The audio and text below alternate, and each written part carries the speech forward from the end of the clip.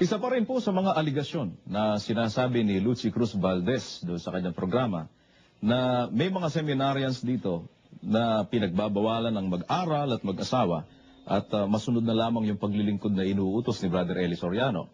Dito ay nakakuha siya ng isang pahayag sa isang nagngangalang Rose na nagpakilalang isang seminarian na nagsabing siya daw ay pinangakuan, sila daw ay pinangakuang mag-aaral ng Biblia, tuturuan tumindig kung paano makapagsalita o magteksto.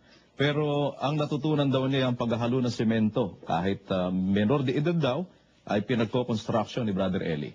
Makakapanayan po natin si Michelle, isa sa mga nakasama sa seminar nitong si Rose. Kapatid na Michelle, magandang gabi. Magandang gabi rin po. Ano ang may bibigay mong reaksyon doon sa pahayag ng iyong ka-seminaryan na si Rose? Hindi raw kayo natututo ng Biblia, kundi ang natutunan pagko-construction. Malaking kasinungalingan po yun. Kung pong si Rose o si Yvette, kaya niya po nasasabi po yun dahil nga po, nung kami nagkaklase, wala po siyang ginawa, kundi po nandun sa barracks. O kaya, mahilig po siya makipagligawan po sa mga babae.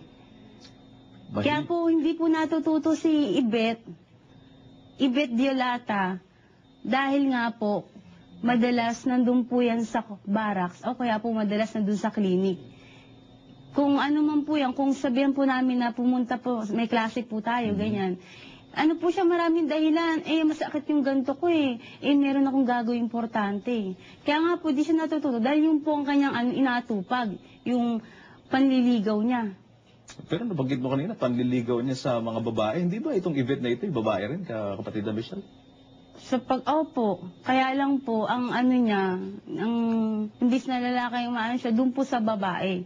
Nang minsan, nang mabasit po siya ni Katya, kabatch din po namin, nag-attempt po siya magpatihulog sa second floor po, sa Sisling. Hindi raw kayo natututo ng Biblia gaya ng ipinangako sa inyo, kundi nagko-construction daw kayo, inuutusan daw pati mga minor de edad para mag-construction. Malaking kasinungalingan po yan. Kung kami man po, kasi po ganito po yun pagkatapos po ng klase namin, turuan po kami ni Brad Danny Navales, ni Brad Mel, ni Kuya Daniel, pagkatapos po ng klase, tatapos siguro kami mga 5, ganyan po, wala naman po kami ganong ginagawa.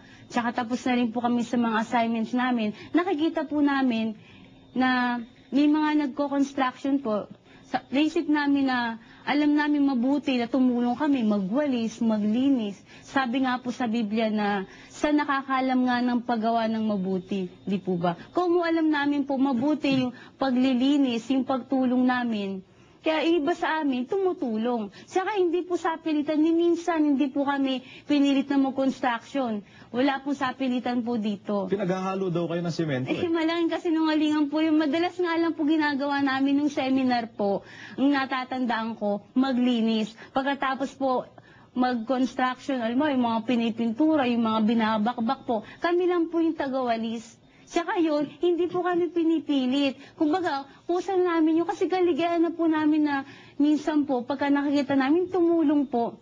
Parang masaya po kami sa ganun Kung kami po, di ba, sa loob ng samahan po, tinuruan po, yung pag-ibig, yung pakikisama po, yun po yung ginagawa namin. Yung ginagawa po ni Yvette na nagpapanggap siya na Rose, marami siyang ginagawa sa aming Kaya lang kung tinuruan kami na dito po sa loob ng samahan, hindi namin, kinakalimutan namin, hindi namin inaan sa isip namin na ganun siya, ganito siya, ganun. Inisip namin kahinaan niya. So, medyo linawin natin yung may ginagawang malawak kasi yun, baka kung ano maisip ng mga nanonood. Ano yung tinutukoy mo na ginagawang parang... Kasi po, sa amin, batch namin, bansag po siya na magnanakaw. Sa barracks po, nakakayaman po aminin, yung mga panty po namin, yung mga sando namin, nakikita namin sa gamit niya. Kami po, nadala na kami, dinalagyan namin ng pangalan. Minsan nakikita namin, nasa bag niya, o kaya suot niya.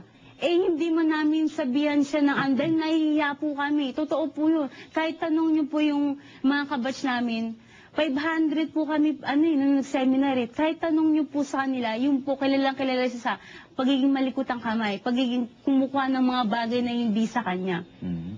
Dito daw sa mga seminarians na ito, nasabi ni Lucy Cruz, no, Valdez, na pinagsasabihan daw itong mga to na huwag mag-aral, huwag na mag-asawa at gawin itong ganitong paglilingkod. Ano masasabi mo dito? Kaiimbentuhan na lang niya po yan. Dito po, kailan po nagbawal na mag-asawa dito? Kaya niya lang siguro nasasabi yan dahil nga, siguro nga, sa kakulangan niya sa kaalaman at saka sa diferensya niya sa utak. May diferensya po yun sa utak eh. Paano mong natiyak na yung Rose na nagsalita doon sa special assignment, yun nga yung Yvette? Kilala ko po yung, nagsama po kami sa, sa Apalid stay in 5 months.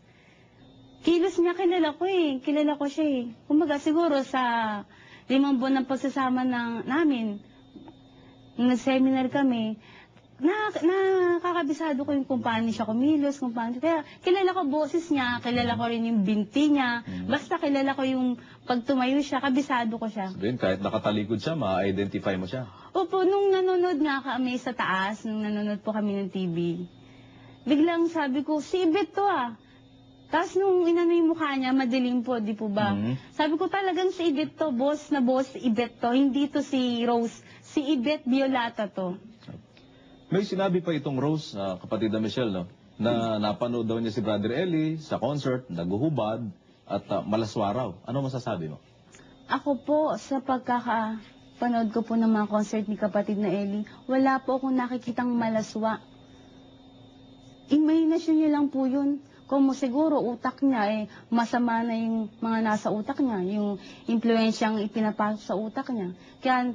Kaya gano'n na lang sinasabi niya. Imahinasyon niya lang yung mga sinasabi niya. Okay, maraming salamat sa iyo, kapatid na Michelle. At sa atin po namang pagbabalik, marami pang mga paglilinaw sa napakarami pang bintang nila kay Brother Eli Soriano.